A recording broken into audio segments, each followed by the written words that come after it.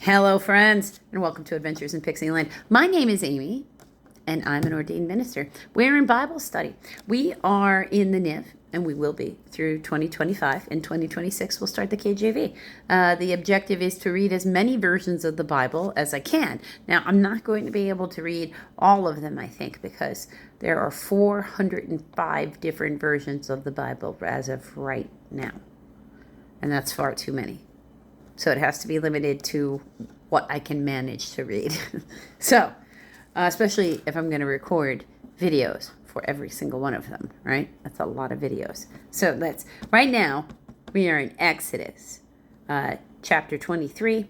We are in we're going to do the whole chapter 23. So we're doing verses 1 through, it looks like, 33. So let's jump in. For recap, we are at the place where we're finding out what the Mosaic Law actually is, because it's more than just the 10 Commandments. You start seeing how you can almost see the debate going on. Like they're sitting there and they're writing things down, and the people who are going to be like judges, or we're going to have like household elders, as well as Aaron and Moses, and the conversation with God, and having these like, but what about this thing? All right, fine, that thing too. Like, because some of it is just sort of like somebody thought up some ridiculous thing and asked a question. And God gave an answer, so they wrote it down because God gave an answer, so now it's law. You have to look at it from the lens of the maturity of the people asking the question. They've been slaves for 430 years. They don't know how to be free people. They're trying to have these hardcore things that they can follow really strict the way they could when they had somebody else telling them what to do in every moment of their life. So, laws of justice and mercy, chapter 23, verse 1. Do not spread false reports. So, no fake news. Do not help a wicked man by being a malicious witness. So, no lying on the stand for our modern day equivalent, okay? Do not follow the crowd in doing wrong.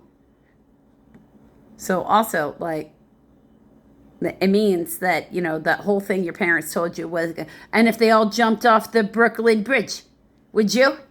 Right? Same kind of thing. Just because they're not going to go, they're going to go do that crazy thing doesn't mean you have to go do that crazy thing. Do not follow the crowd in doing wrong. When you give testimony in a lawsuit, do not pervert justice by siding with the crowd. Be honest, even if you're in front of a big group of people. Can you imagine? And do not show favoritism to a poor man in his lawsuit. So, no excuse when standing in front of like the court of law to lie. That's really, and we still hold to that true now. That is called perjury. And it does get you jail time. It's not recommended. I give that a thumbs down to perjury, okay? If you come across your enemy's ox or donkey wandering off, be sure to take it back to him. And I don't really have ox and donkey in this neighborhood, but I do this with people's dogs that manage to get out of their yard. So check, yeah. If you see the donkey of someone who hates you fallen down under its load, do not leave it there. Be sure to help him with it. Oh. So, because it's the donkey who's being punished for your dislike of that human being. Show some compassion to this poor animal that has to work for that jerk that you don't even like. You should be able to manage it. Do not deny justice to your poor people in their lawsuits. So you can't favor the rich either. Just you can't favor the poor. No favoritism, in case you're trying to follow along at home. Have nothing to do with a false charge, and do not put an innocent or honest person to death, for I will not acquit the guilty. Okay. So He's going to always make sure that the guilty get persecuted. So you don't need to create charges for something to happen to somebody. It's like, I got that. Don't come up with crap. Do not accept a bribe, for a bribe blinds those who see and twists the words of the righteous. So don't take gifts from people that you don't like how they conduct their moral conduct in whatever that subject matter is, because I don't know why they would be giving you gifts, because there's plenty of legitimate times people could be trying to give you a gift that doesn't have to do with corruption. Do not oppress an alien. You yourselves know how it feels to be aliens, because you were aliens in Egypt. So, all right, put yourself in the shoes of another person. Got it? Sabbath laws. For 6 years, you are to sow your fields and harvest the crops. But during the 7th year, let the land lie unplowed and unused. We call that fallow these days. Then the poor among your people may get food from it, and the wild animals may eat what they leave. Do the same with your vineyard and your olive grove. Got it? 6 days do your work, but on the 7th day do not work, so that your ox and your donkey may rest, and the slave born in your household and the alien as well may be refreshed. So everybody gets a rest. And remember, again, it's Saturday. Okay? Because the week starts on Sunday, not Monday. Be careful to do everything I have said to you. Do not invoke the names of other gods. Do not let them be heard on your lips. So, at no point, no matter what eventually happens in the Temple of Solomon, were they ever supposed to sacrifice or even say the word or invoke or call in or praise any other God? Ever. The 3 annual festivals. This is verse 14. 3 times a year you are to celebrate a festival to me. Celebrate the festival of the unleavened bread. We call that Passover. For 7 days eat bread made without yeast, as I commanded you. Do this at the appointed time in the month of Abib, for in that a month you came out of Egypt. No one is to appear before me empty-handed. So, okay. Can't skip Passover. And I don't know any Jew that would, honestly. For us, Christians, Passover is the Last Supper. Passover is the Last Supper. So when we're celebrating like Easter, it's not quite the same because it's not the same it's not the same. But it's a big deal for us. To say it's exactly the same wouldn't be, because for them, so like Hanukkah isn't as big of a deal in any of the Jewish households I ever grew up being around. It wasn't as huge of a celebration and as big of a fuss as what Christians make of Christmas. But Easter, because Easter is about the passing of our Messiah and not the birth of our Messiah, it tends to be more of a solemn, right? Now, yeah, you can have Easter eggs and celebrations, so it depends on how you celebrate, but it's not as big of a splashy thing as Christmas. It's just not done on the same level. So Passover is a very big celebration because it is we got to live. God saved our lives. Isn't it amazing? Celebration. Okay. Celebrate, verse 16. Celebrate the feast of the harvest with the first fruits of the crops you sow in your field. Okay. So that almost every farm-based, you can go to every ancient culture that was around during these time frames. They have some feast in the harvest too.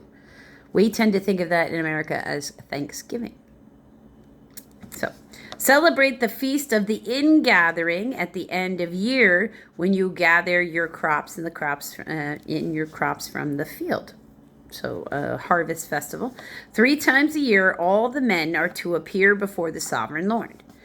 Do not offer the blood of sacrifice to me along with anything containing yeast.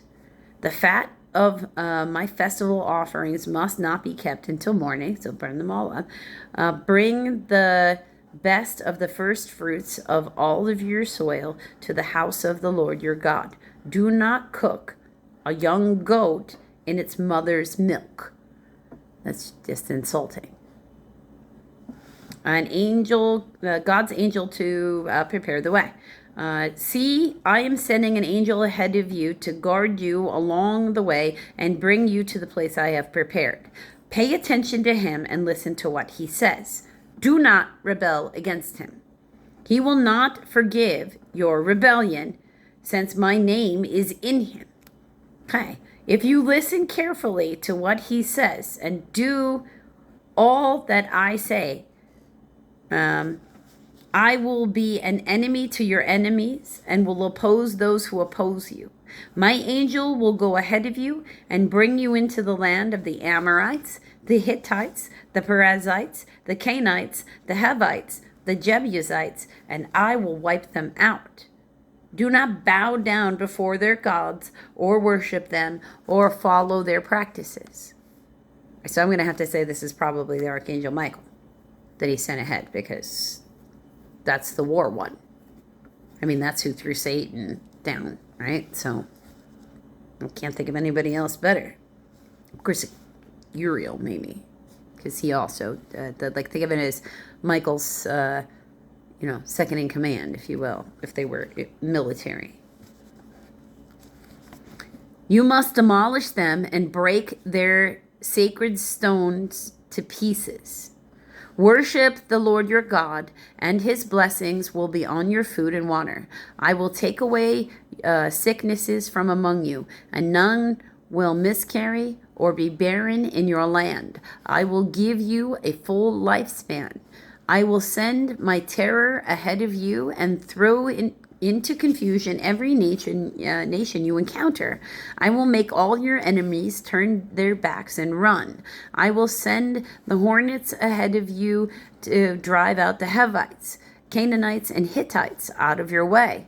But I will not drive them out in a single year, because the land would become desolate and the wild animals too numerous for you. Little by little, I will drive them out before you until you have increased enough to take possession of the land. So they have to have enough people to keep it safe from them coming back. I will establish your borders from the Red Sea to the Sea of the Philistines, and from the desert to the river sea. That's the Euphrates, because that's the biggest river, so it's the river. I will hand over to you the people who live in the land, and will drive them out before you. Do not make a covenant with them or with their gods. So no promises for anything. You break any of this, and now you've broken the covenant, and you're subject to penance. Do not let them live in your land, or they will cause you to sin against me, because the worship of their gods will certainly be a snare for you. So he pre-warned what the problems were. And there's going to be a reason for that, and that is going to be because they're going to find a lot of similarities in the pantheon of one thing and the pantheon of another, because the pantheons tend to have different names for similar energies that they are describing and calling gods. I don't like to call them that. There's one God, the living God. He's up there. He's in here. He's everywhere. And he made the Messiah. And that's who was talking in here. All the rest of that stuff, I don't know what that is. But it isn't God.